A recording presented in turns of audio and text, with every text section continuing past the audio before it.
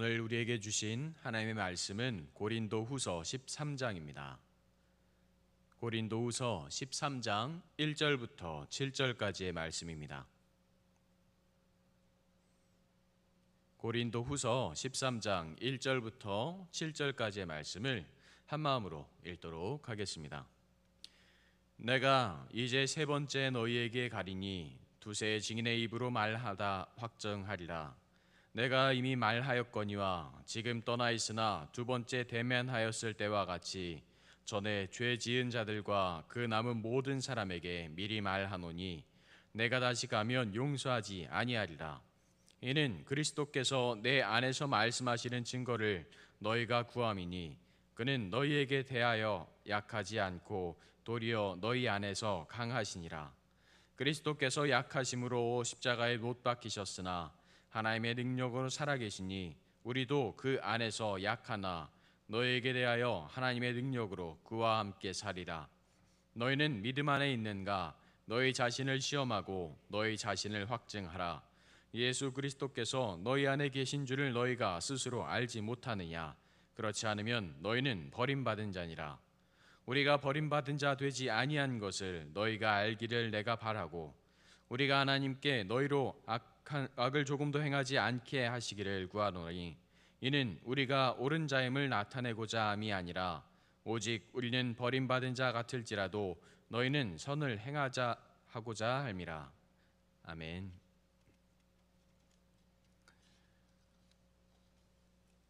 오늘 바울은 이제 세 번째로 고린도 교회를 방문하려고 하고 있습니다. 처음에는 교회를 개척하였고 그곳에서 꽤 오랜 기간 선교를 하면서 많은 성도들을 얻게 되었습니다. 두 번째 방문 때는 잠시 동안의 방문이었지만 바울은 많은 서운한 일을 경험하게 되었습니다. 고린도 교회는 바울이 열심을 가지고 세운 교회였기 때문에 아마 많은 마음을 가지고 있었을 것입니다. 그런데 그들이 세속적인 풍습에 젖어 버렸습니다. 부도덕한 생활을 하는 사람들이 있었고 그것 때문에 바울은 그들을 심하게 꾸지람을 하는 일이 일어났습니다. 그들이 정말 자신들의 잘못을 뉘우치고 개선된 생활을 하기를 원했지만 바울은 그들을 위해서 간절하게 원했지만 바울의 생각에 아직 그들에 대한 확신은 없었던 것 같았습니다. 이번 방문 때 그들이 완전히 회개하고 하나님께 돌아오기를 그리고 그들이 부정한 삶에서 벗어나서 바울을 그들의 사도, 그들의 목회자로 인정해 주기를 간절히 바라고 있었습니다. 그래서 바울은 신명기 19장 15절의 말씀을 인용을 하면서 그들이 부도덕한 삶에서 어떻게 벗어날 수 있는지, 아니 그들이 어떻게 스스로 인정할 수 있는지 다시 한번 이야기하고 있습니다. 사람의 모든 악에 관하여 또한 모든 죄에 관하여는 한 증인으로만 정할 것이 아니요 두 증인의 입으로나 또는 세 증인의 입으로 그 사건을 확증할 것이며, 이 말씀을 인용하면서 모든 일을 처리할 때 너희가 이런 것들을 해결해 나갔다라고 이야기할 때 증인이 있어야 한다라고 이야기합니다. 부도덕한 행실을 다룰 때에도 그렇게 하라고 이야기하고 있습니다. 바울은 유대인들에게 익숙한 이 율법에 대해서 이야기하면서 고린도 교회의 일들을 너희가 스스로 처리할 때 이런 마음으로 이런 조건으로 처리해라 라고 강조하면서 이야기하고 있는 것입니다. 그리고 2절에서 이야기합니다. 내가 이미 말하였거니와 지금 떠나 있으나 두 번째 대면했을 때와 같이 전에 죄 지은 자들과 그 남은 모든 사람에게 미리 말하노니 내가 다시 가면 용서하지 아니하리라. 바울은 두 번째 방문했을 때의 일을 기억하고 있습니다. 바울은 그때도 방문 전에 그들에게 부탁할 것과 주의할 것들에 대해서 이야기했습니다. 이번에 방문 전에 미리 편지를 통하여 그들에게 해야 할 것들을 알려주고 있습니다. 너희가 이런 것들을 주의해 주었으면 좋겠다. 아니 너희가 지금 이런 것들을 행하고 있다면, 이런 잘못들을 저지르고 있다면 너희가 이것들을 깨끗하게, 아니 너희에게서 멀리 했으면 좋겠다라고 이야기하고 있습니다. 바울이 강조하고 싶었던 것은 그들이 부정한 일들, 부도덕한 일들을 그것들을 청산하기를 원했던 것입니다. 그리고 이번 방문을 통해서 전에 있었던 경험했던 그 어려움을 다시 화해하기를 바라고 있었습니다. 그렇다고 바울이 그들을 이 죄를 범하고 있는 것들을 눈 감아준다는 것은 아니었습니다. 내가 너희와 화해하기 위해서 너희가 저질렀던 그 모든 죄들을 내가 모른 척 해주겠다라고 이야기하는 것이 아니었습니다. 그들과 편하게 만나고는 싶지만 엄격하게 말해야 하는 것들, 그들을 위해서 알려야 하는 것들을 처리할 것을 강하게 이야기하고 있습니다. 양보만 하면서 서로를 위하는 것이 아니라 단호하게 대해야 하는 걸 할 때는 단호하게 말하고 있습니다. 전에 죄 지은 자들과 그 남은 모든 사람들을 용서하지 않겠다는 굳은 의지를 보이고 있습니다. 내가 너희를 용서를 한다면, 내가 이것들을 양보한다면 너희에게서 그 죄가 물러나지 않을 것을 분명히 바울은 알고 있었기 때문입니다. 이전에 묵상하신 말씀을 다시 생각하면서 이전에 이야기했던 그 모든 것들을 다시 바울은 생각하면서 이야기하고 있는 것입니다. 고린도후서 12장 20절부터 21절에 이렇게 이야기하고 있습니다. 내가 갈 때에 너희를 내가 원하는 것 같이 보지 못하고 또 내가 너희에게 너희 원하지 않는 것과 같이 보일까 두려워하여 또 다툼과 시기와 분냄과 당짓는 것과 비방과 수건거림과 거만함과 혼란이 있을까 두려워하고 또 내가 다시 갈 때에 내 하나님이 나를 너희 앞에 낮추실까 두려워하고 또 내가 전에 죄 지은 여러 사람의 그 행한 바 더러움과 음란함과 호색함을 회개하지 아니함 때문에 슬퍼할까 두려워하노라. 어제 묵상하신 이 말씀을 통해서 바울은 다시 한번 강조를 하고 있었던 것입니다. 너희가 이런 죄를 회개하지 않는다면, 너희가 이런 죄에서 멀어지지 않는다면 나는 너희를 용서하지 못할 것이다.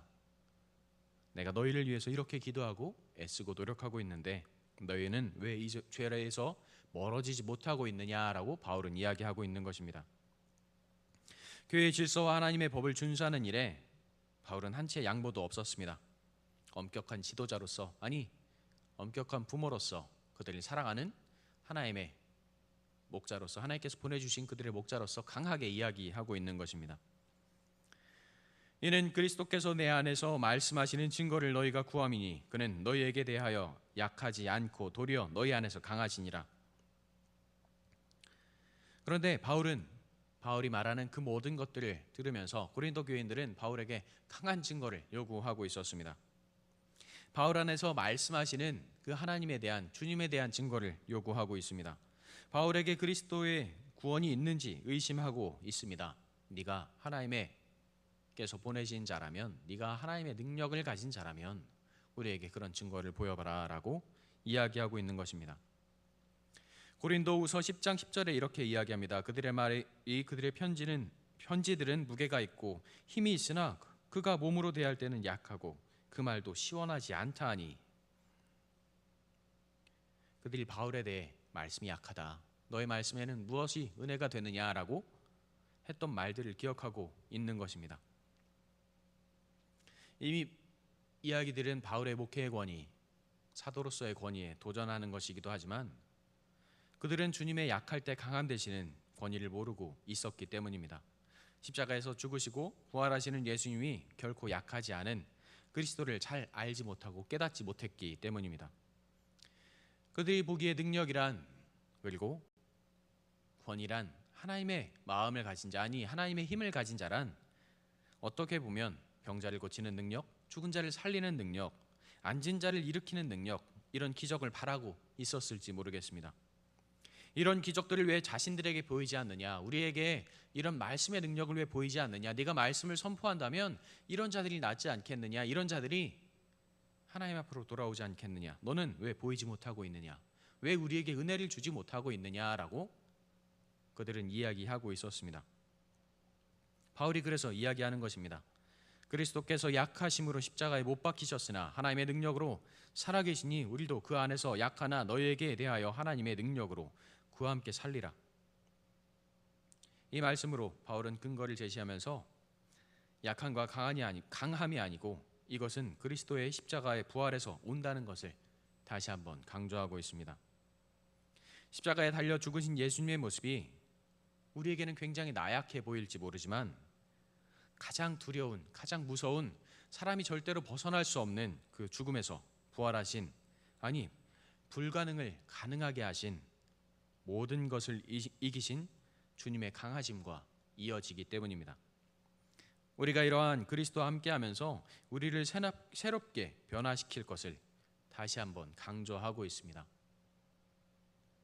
로마서 6장에는 이런 말씀이 있습니다. 그러므로 우리가 그의 죽으심과 합하여 세례를 받음으로 그와 함께 장사되었나니 이는 아버지의 영광으로 말미암아 그리스도를 죽은 자 가운데서 살리심과 같이 우리로 또한 새 생명 가운데서 행하게 하려 함이라.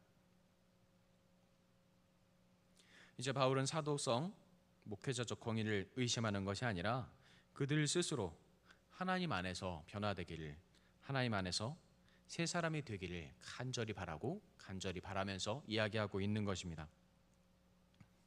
너희는 믿음 안에 있는가? 너희 자신을 시험하고 너희 자신을 확증하라.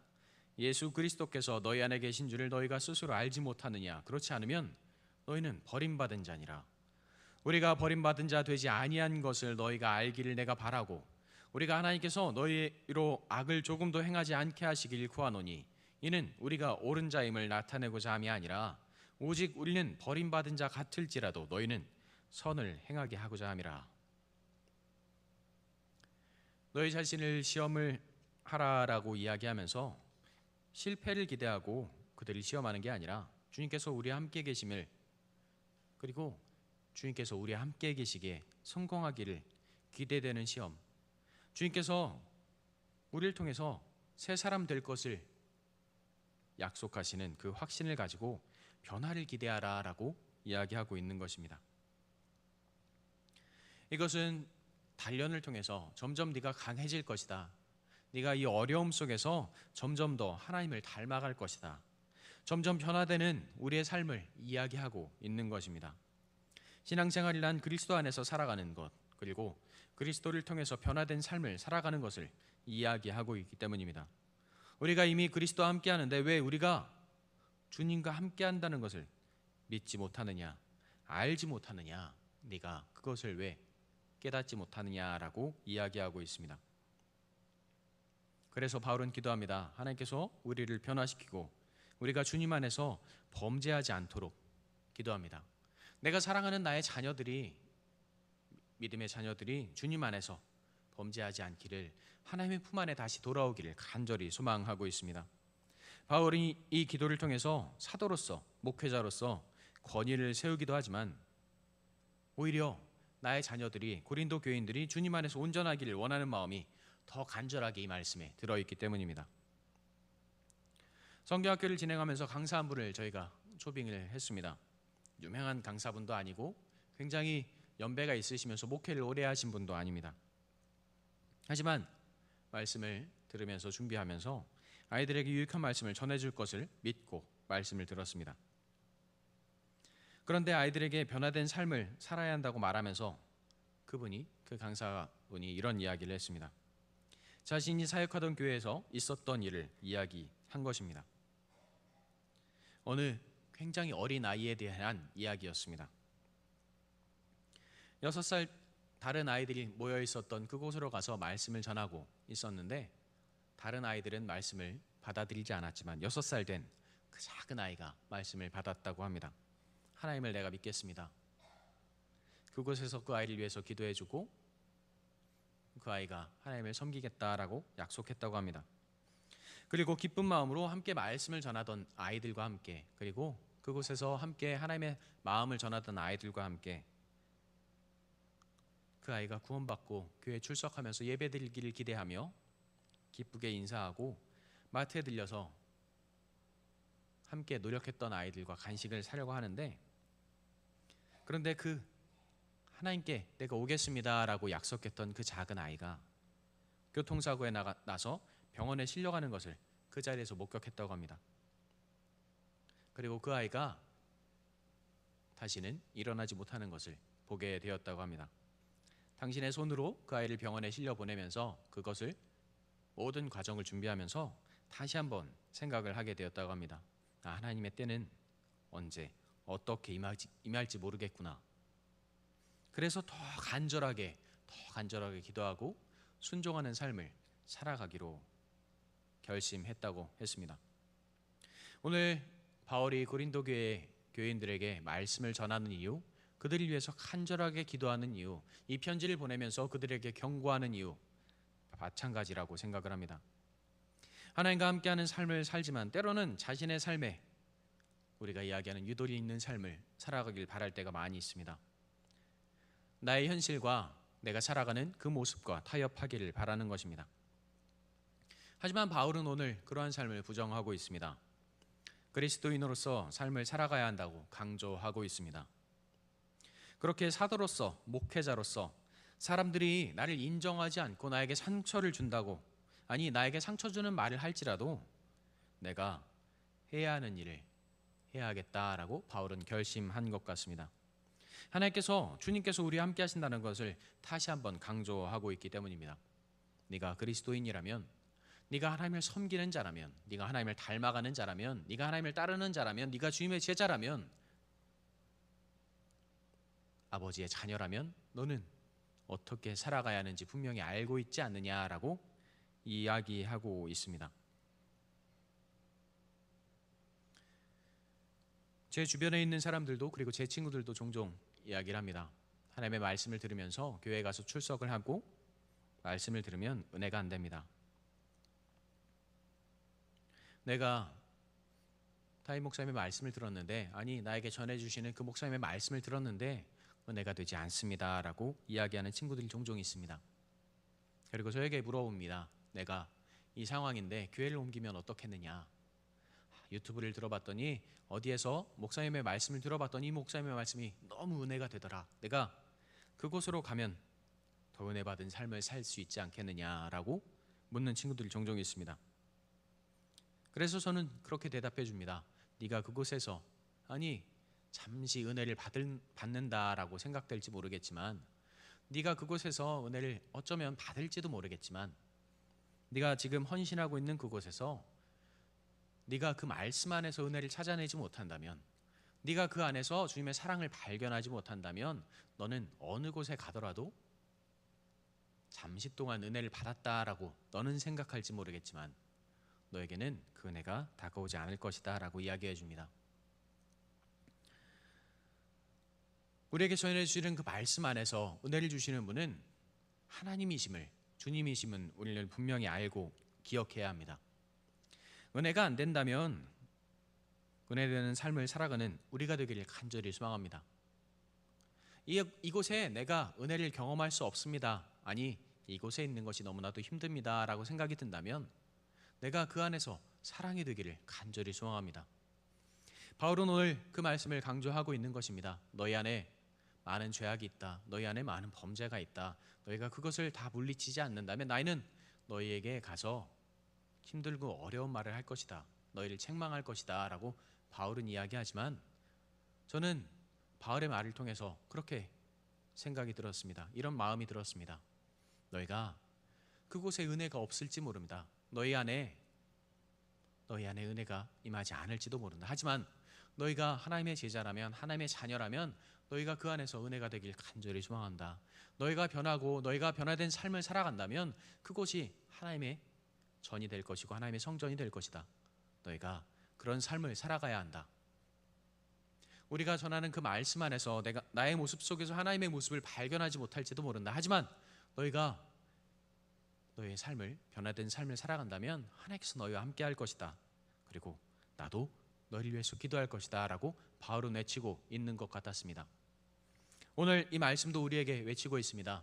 우리가 하나님의 제자된 삶을 살아가기를, 그리스도인 될 삶을 살아가기를, 그리고 우리가 은혜가 되기를, 우리가 사랑이 되기를 간절히 외치고 있습니다. 우리 도남동교회 안에 그런 사랑이 가득 넘치기를 간절히 소망합니다. 우리 도남동교회 안에 그 은혜가 가득 넘치기를 간절히 소망합니다. 목사님께서 전해주시는 그 모든 말씀 안에 분명히 은혜가 있고 우리는 그 은혜를 갖고 살아가는 존재입니다. 그리고 우리는 그 은혜를 키워서 우리가 살아가는 그 자리에서 주님의 사랑을 더 아름답게 열매 맺는 주님의 몸된 자녀들이 되기를 간절히 소망합니다. 기도하겠습니다. 언제나 우리를 이끄시고 인도하시는 주님, 다시 한번 감사드립니다. 우리에게 주시는 그 모든 말씀 안에, 우리에게 주시는 그 모든 상황 안에 주님의 사랑이, 주님의 은혜가, 주님의 돌보심이 가득 넘치기를 간절히 소망합니다. 매일매일 주님의 사랑 안에 살아가며 매일매일 주님의 은혜 안에 살아가길 간절히 소망합니다. 우리에게 주시는 그 모든 말씀에 주님의 사랑이 가득 담겨 있고 우리에게 주시는 그 모든 상황에 주님의 은혜가 가득 담겨 있음을 다시 한번 알고 고백할 수 있는 우리가 되게 하여 주시옵소서. 우리의 삶이 은혜로운 삶이 되게 하시고 우리의 인생이 주님의 몸된 그리고 주님의 사랑된 주님의 제자된 삶이 되게 하여 주시옵소서. 아버지의 마음을 알게 하시고 아버지의 사랑을 전하게 하셔서 우리가 세상과 타협하는 것이 아니라 주님과 동행하며 주님의 사랑을 전하는 자, 주님의 마음을 전하는 자, 주님의 은혜를 전하는 자가 되게 하여 주시옵소서. 오직 주님께 헌신하며 주에게 감사하며 고백할 수 있는 우리가 되게 하여 주시옵소서. 오직 우리를 이끄시고 인도하시는 우리 구주 예수님의 이름으로 기도합니다.